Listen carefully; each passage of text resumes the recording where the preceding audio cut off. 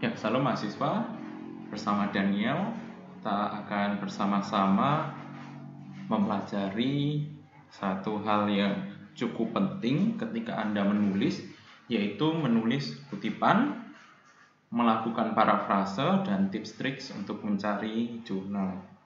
Ini sangat penting untuk teman-teman yang mempelajari penulisan, baik di mata kuliah metode penulisan karya ilmiah, metode penelitian 1, metode penelitian 2, dan juga di hal-hal lain buat mahasiswa skripsi juga bisa menyaksikan ini sehingga bisa melakukan cross check apakah kutipan yang sudah dibuat itu benar atau salah. Nah, kita akan langsung saja bagaimana sih menulis kutipan, tapi sebelumnya mari kita mengenal dulu beberapa kutipan. Ya, kutipan itu diantaranya ada APA, American Psychological Association, IEEE, dan Turabian 8th Edition, dan masih banyak lagi Chicago Style dan Harvard Style dan lainnya. Nah, dalam menulis kutipan ini, setiap aturan baik catatan perut, catatan kaki, dan daftar pustaka harus dikuasai dengan baik. Teman-teman mahasiswa harus jeli dalam membuat tulisan ini, tidak boleh ya salah-salahan atau sembarangan. Oleh karena itu, kita akan mempelajari bagaimana mengutip, dan pada kesempatan kali ini kutipan yang dipelajari adalah Turabian edisi 8, Turabian 8th Edition. Nah, tapi sebelumnya ayo kita kenal dulu berbagai kutipan supaya nanti Anda tidak campur-campur, karena biasanya kesalahan mahasiswa baik di skripsi ataupun di metode penelitian kebiasaannya adalah mencampur-campur style penulisan yang berbeda, dan itu sangat haram hukumnya dan sangat salah.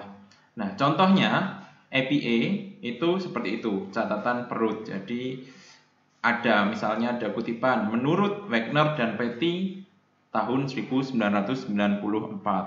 atau Wagner and Petty 1994. Nah, APA itu biasanya memakai istilahnya catatan perut. Ada nama akhirnya dan kemudian tahunnya ditampilkan di body text, tidak memakai footnote. Dan kalau mencermati daftar pusakanya, kalau APA itu nama kemudian tahun, seperti itu. Itu kalau APA. Beda lagi dengan Institute of Electrical and Electronic Engineers, IEEE. Nah, kalau IEEE kita melihat dia itu memakai endnote, tidak memakai footnote, dan setiap endnote ini nanti akan ada daftar pustakanya masing-masing. Nah, teman-teman familiar IEEE ini biasanya ada di Wikipedia kalau sering melihat dan membaca Wikipedia. Nah, baik apa style maupun IEEE ini merupakan style pengutipan. Ya, Anda cukup tahu bagaimana mengutip dengan menggunakan APA style dan IEEE style. Nah, kita akan mempelajari ini. Turabian 8th Edition, dan ya ini kita akan mempelajari bagaimana membuat note atau kutipan Turabian edisi 8. Loh, kenapa memakai Turabian yang ke-8? Nah, ini menjadi dasar untuk Anda pengutipan di IAKN Toraja. Dan kutipan ini punya ciri khas, yaitu menggunakan catatan kaki. Kutipan juga harus sesuai peruntukannya, baik untuk buku, jurnal, wawancara, dan web. Masing-masing memiliki perbedaannya, jadi tidak bisa itu sembarangan. Jadi ada nanti untuk buku beda dengan jurnal, beda dengan wawancara, dan beda dengan web. Jadi khusus kita akan bersama-sama mempelajari bagaimana Turabian edisi 8 dalam mengutip, yaitu ada catatan kakinya dan ada pula nanti daftar pustakanya. Mari kita cermati bersama-sama, dan nanti buat teman-teman misalnya mau cross check atau melihat kembali bagi yang menulis skripsi bisa di pause dan kemudian dicocokkan dengan tulisannya masing-masing. Oke, ini ya warning. Ingat teman-teman, dalam menulis jangan mencampur kutipan dari setel satu dengan setel lainnya. Maksudnya, contohnya, Anda menulis harusnya dengan Turabian 8 note, Turabian edisi 8, tetapi dicampur dalam body text Anda menggunakan APA style. Nah, itu sangat haram hukumnya dan tidak boleh untuk dicampur-campur seperti itu. Jadi misalnya Anda membuat Turabian, kutipan dengan Turabian, semua harus Turabian. Kalau APA, semua harus APA. Kalau IEEE, semua harus IEEE. Kalau pakai Chicago style, semua harus Chicago style. Kalau pakai Harvard style, semua harus Harvard style. Jadi, perhatikan masing-masing dan tidak boleh dicampur-campur. Nah, kita akan coba pelajari cara menulis kutipan buku. Kutipan dengan menggunakan Turabian 8 edition 8 note. Nah, ini untuk satu penulis ya. Kita menulis kutipan buku untuk satu penulis. Jadi bisa dicermati seperti yang ada di presentasi ini. CK ini adalah catatan kaki, DP ini adalah daftar pustaka. Perhatikan juga bahwa dalam CK dan DP itu awal paragrafnya berbeda. Kalau CK, paragrafnya menjorok ke dalam seperti ini, seperti biasanya catatan kaki atau footnote. Tetapi kalau daftar pustaka, paragrafnya menggantung seperti ini. Dan mari kita cermati bagaimana menulis kutipan menggunakan Turabian 8. Misalnya ini yang pertama untuk menulis catatan kaki.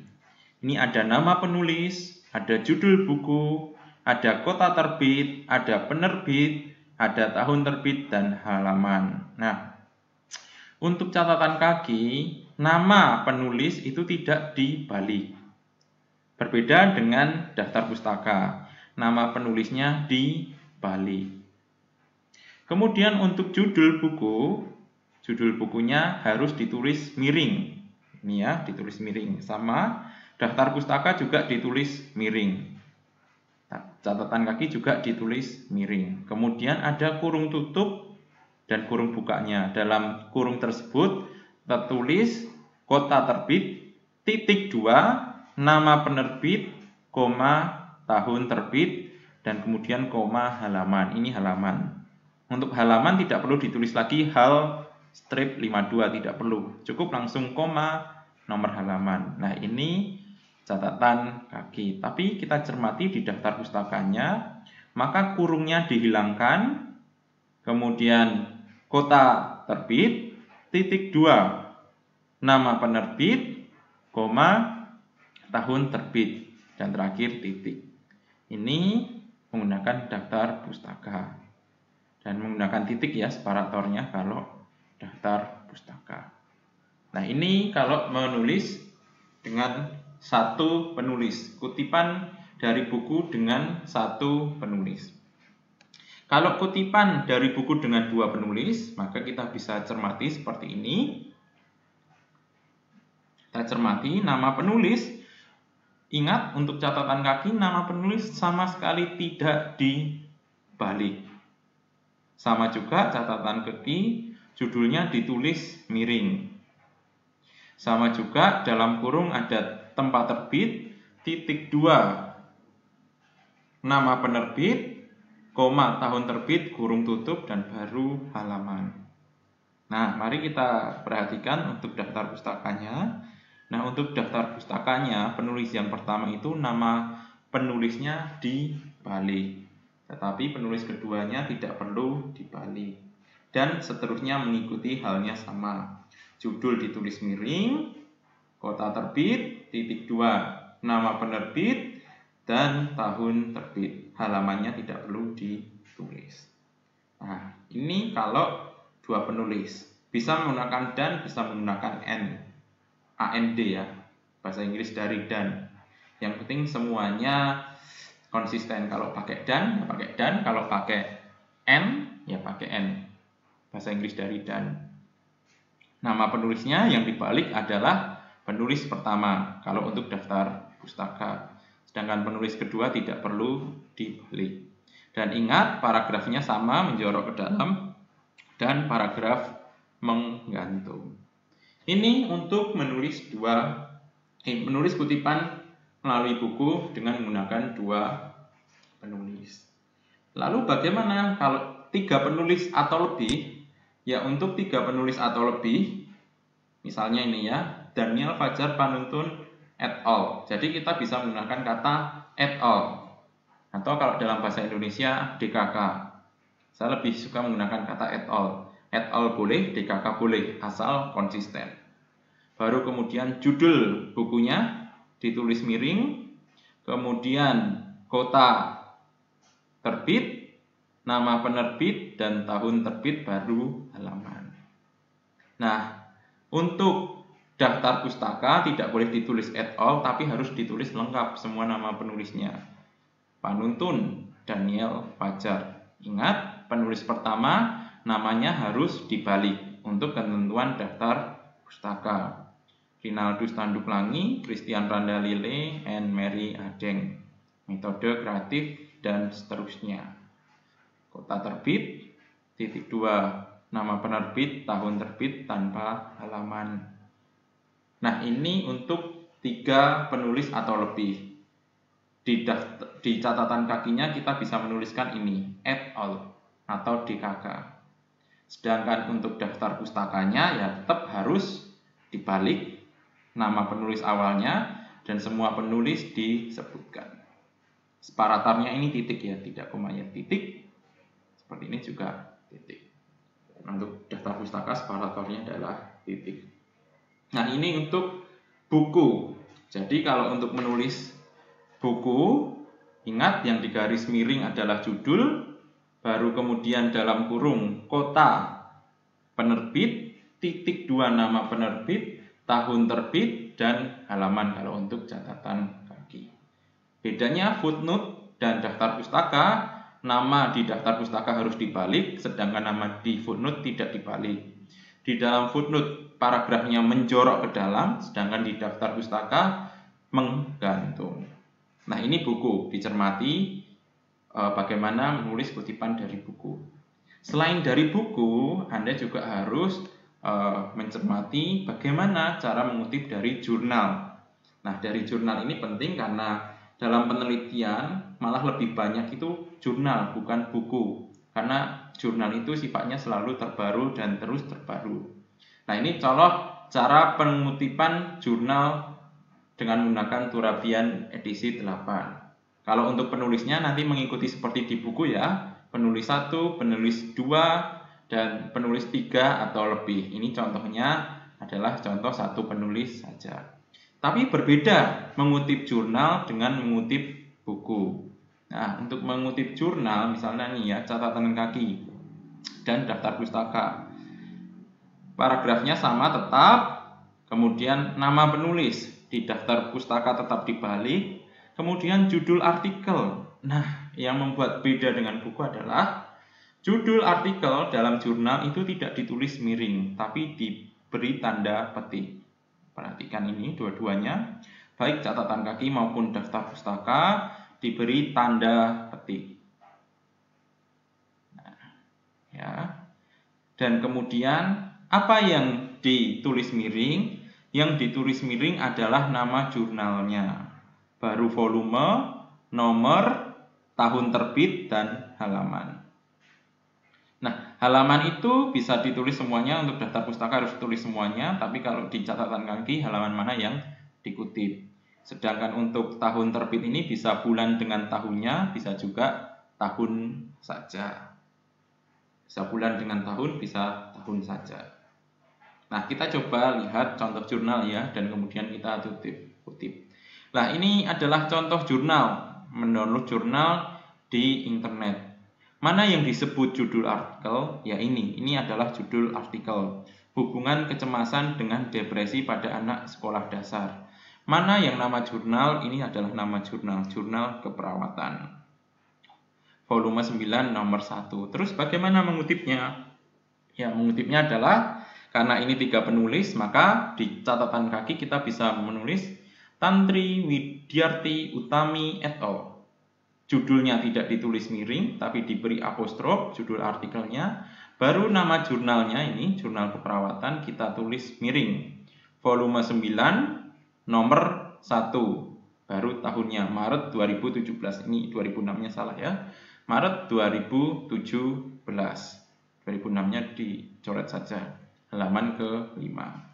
Sama dengan juga daftar pustakanya. Utami, Tantri, Widyarti, Yunani, Sri Astuti, Liviana, PH. Nama penulis pertama dibalik, kemudian diberi koma, dan baru penulis kedua dan penulis ketiga. Baru judul tidak ditulis miring, Jurnal Keperawatan, volume 9 nomor 1 Maret 2017 ya. Ini 2006-nya salah ya. Bisa dihapus saja. Baru total halamannya. Ini untuk daftar pustaka. Nah, ini untuk mengutip jurnal. Ingat, dalam mengutip jurnal ini berbeda dengan bukunya. Kalau buku yang ditulis miring adalah judulnya, tetapi kalau jurnal adalah nama jurnalnya. Seperti ini, bukan judul artikelnya. Nah, itu untuk menulis buku dan mengutip jurnal. Kemudian untuk mengutip skripsi, tesis atau disertasi, Anda bisa mencermati seperti di presentasi ini. Misalnya namanya Hypatia Fowler-Smith. Nah, maka judulnya juga tidak perlu ditulis miring. Alternation Performing Indonesia Communicability. Kemudian baru dikasih keterangan di dalam kurung itu adalah disertasi atau skripsi atau tesis. Kemudian universitas penerbit atau perguruan tinggi baru tahun. Demikian juga daftar pustakanya mengikuti, akan tetapi yang ditulis dibalik namanya ditulis di balik terbalik. Nama belakang dulu baru nama depan. Nah, ini kalau skripsi atau tesis. Bedanya adalah di sini menunjukkan disertasi atau tesis atau skripsi, kemudian perguruan tinggi, dan kemudian tahun terbitnya. Nah, ini untuk menulis skripsi, tesis, atau disertasi. Bisa dilihat contohnya, dan kemudian bisa di-pause, teman-teman bisa memperhatikan. Dan juga ini, untuk mengutip dari website. Nah, dari website Anda harus memperhatikan dulu siapa penulisnya. Misalnya penulisnya yang pertama adalah Sekolah Tinggi Agama Kristen Negeri Toraja. Kemudian apa judul artikelnya? Sejarah Staken Toraja, diberi apostrof, kemudian alamatnya. Diakses kapan, bulan apa, dan tahun kapan. Nah, begitu juga di daftar pustakanya tinggal mengikuti catatan kaki saja, sama. Nah, ini untuk mengutip dari website, harus ada judul artikelnya juga. Kalau yang menulis ini adalah nama orang, maka nanti di daftar pustaka nama orangnya dibalik. Nama belakang dulu, baru nama depan. Jadi mungkin Pak Nuntun Daniel Fajar, Sejarah Staken Toraja, misalnya di bawahnya ada namanya. Tapi kalau tidak, ya sudah, berarti ya seperti ini saja, tidak apa-apa. Nah, hindari ketika Anda mengutip dari website, hindari mengutip dari Blogspot, Wikipedia, dan WordPress, dan sumber yang tidak dianggap kredibel. Nah, dan tidak boleh ya mengutip dari Blogspot, Wikipedia, ataupun WordPress. Ingat itu, digarisbawahi, Anda tidak boleh mengutip dari Blogspot, Wikipedia, ataupun WordPress, dan sumber-sumber lain yang tidak kredibel. Lalu bolehnya di mana? Bolehnya Anda mengutip di jurnal, di website yang kredibel. Yang kredibel seperti jurnal instansi milik negara yang punya akhiran go.id, misalnya Governor of Indonesia, UK ya gov.id, Governor of Indonesia. Itu biasanya website resmi dari kementerian itu boleh diambil, ataupun kalau mencari berita ya dari berita-berita yang benar-benar terpercaya. Anda mungkin mau pakai Kompas, Tempo, atau yang lain, Anda harus lihat dulu ke kekonsistenan berita tersebut, apakah itu hanya hoax ataupun hanya sesuai dengan keadaan supaya banyak yang membaca, atau bagaimana harus diteliti lebih lanjut dulu kalau mau mengutip dari berita-berita di website. Jadi hindari Blogspot, Wikipedia, dan WordPress.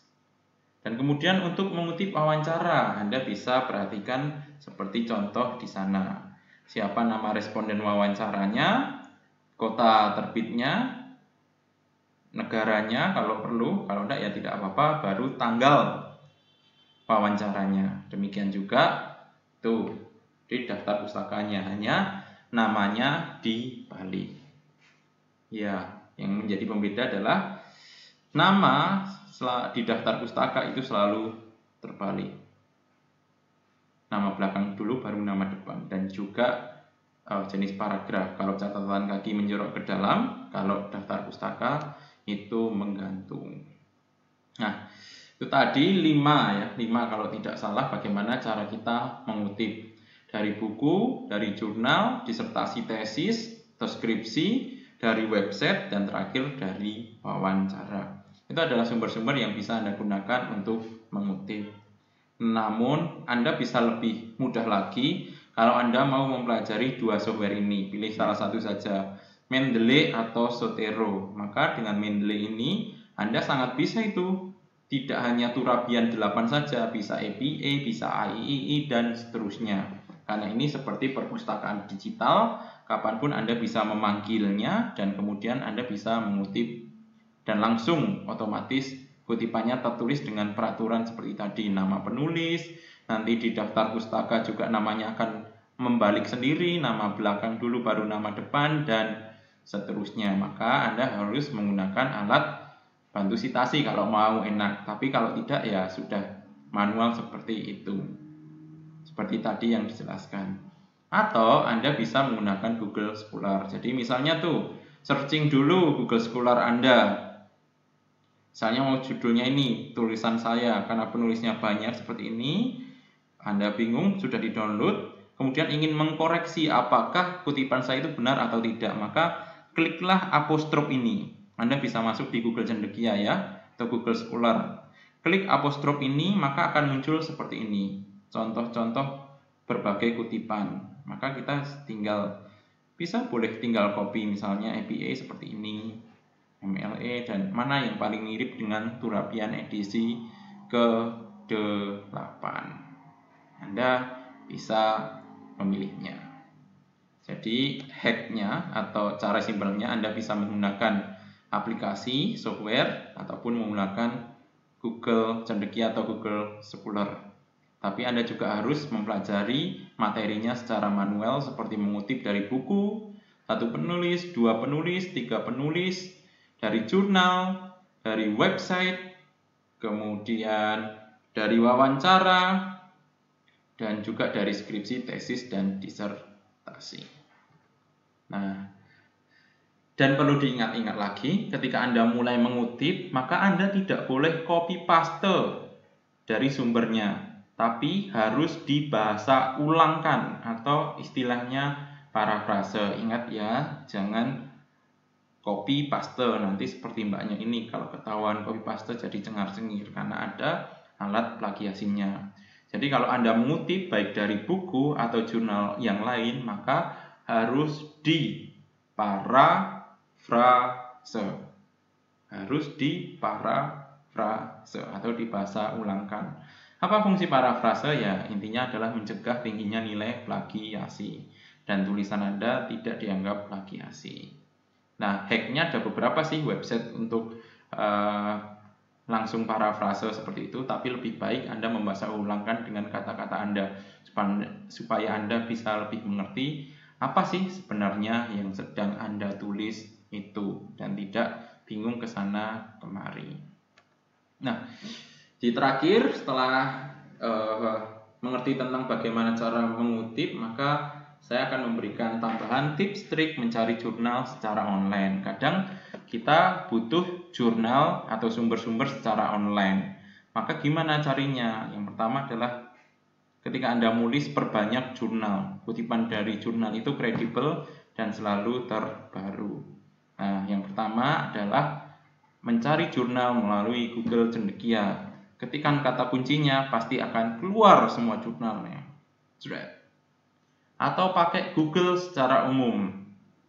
Nah, dengan kata kuncinya adalah PDF, abstrak. Karena apa? Karena jurnal pasti kebanyakan dalam bentuk PDF dan kemudian mempunyai abstrak.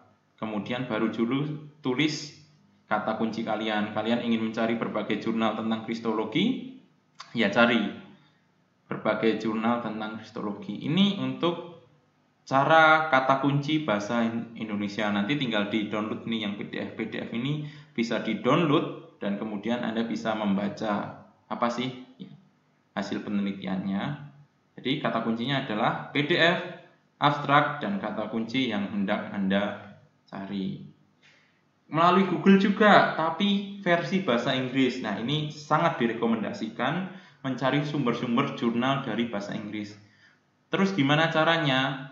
Caranya adalah tinggal di bahasa Inggriskan aja. PDF-nya tetap, abstraknya tinggal di bahasa Inggriskan. Abstrak yang harusnya berakhiran K menjadi CT, CT, dan kemudian kristologi menjadi bahasa Inggrisnya kristologi. Seperti itu. Jadi ini kalau Anda mau mencari sumber jurnal melalui Google, tidak melalui Google Cendekia ya, Google umumnya, google.com atau Google Go.id. Nanti tinggal di-download ini satu-satu.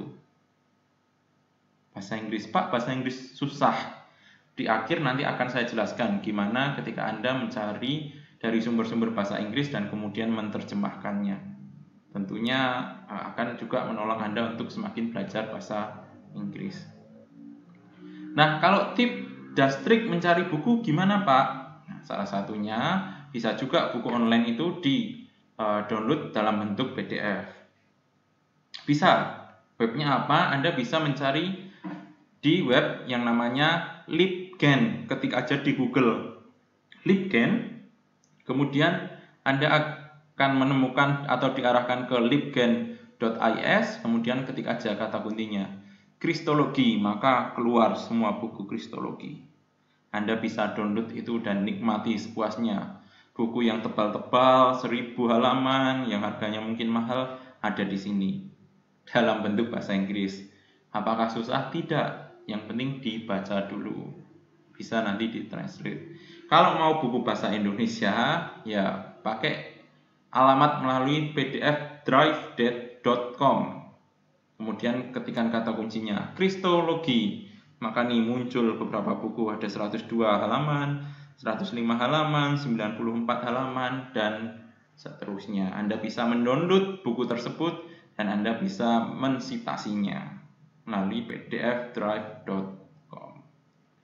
Dan yang terakhir, tips dan trik terjemahan, ya simpel saja. Gunakan saja Google Translate. Pak, nanti bahasanya amburadul. Ingat ya, ketika kita menulis penelitian, jangan pernah sekali copy paste. Jadi, ketika Anda mau menerjemahkan, ya boleh copy pastenya dari jurnalnya misalnya bahasa Inggris, kemudian dipastekan di sini, di Google Translate. Tek, pasti akan keluar terjemahan dalam bentuk Indonesia. Tapi kadang terjemahannya ini kita susah memahami karena bahasanya acak adut. Nah, Anda bacalah kira-kira ngomongin apa sih terjemahannya itu, baru kemudian Anda narasikan ulang di penelitian Anda dan otomatis tulisan Anda sudah terparafrase karena Anda membaca ulangkan dan tidak boleh langsung di copy paste hasil terjemahannya. Anda harus pahami dulu dan kemudian diketik ulang. Nah, dengan cara seperti ini Anda sedang melakukan dua hal. Anda sedikit-sedikit belajar bahasa Inggris dan yang kedua, Anda juga membuat parafrase yang baik karena dengan bahasa Anda sendiri otomatis tulisan Anda nanti akan bebas dari plagiasi. Ya, demikian bagaimana cara mengutip, parafrase dan tips trik untuk mencari jurnal ataupun buku online. Jangan lupa untuk subscribe channel ini dan kalau boleh mau komen, like, share, sangat baik. Terima kasih semuanya. Tuhan Yesus memberkati.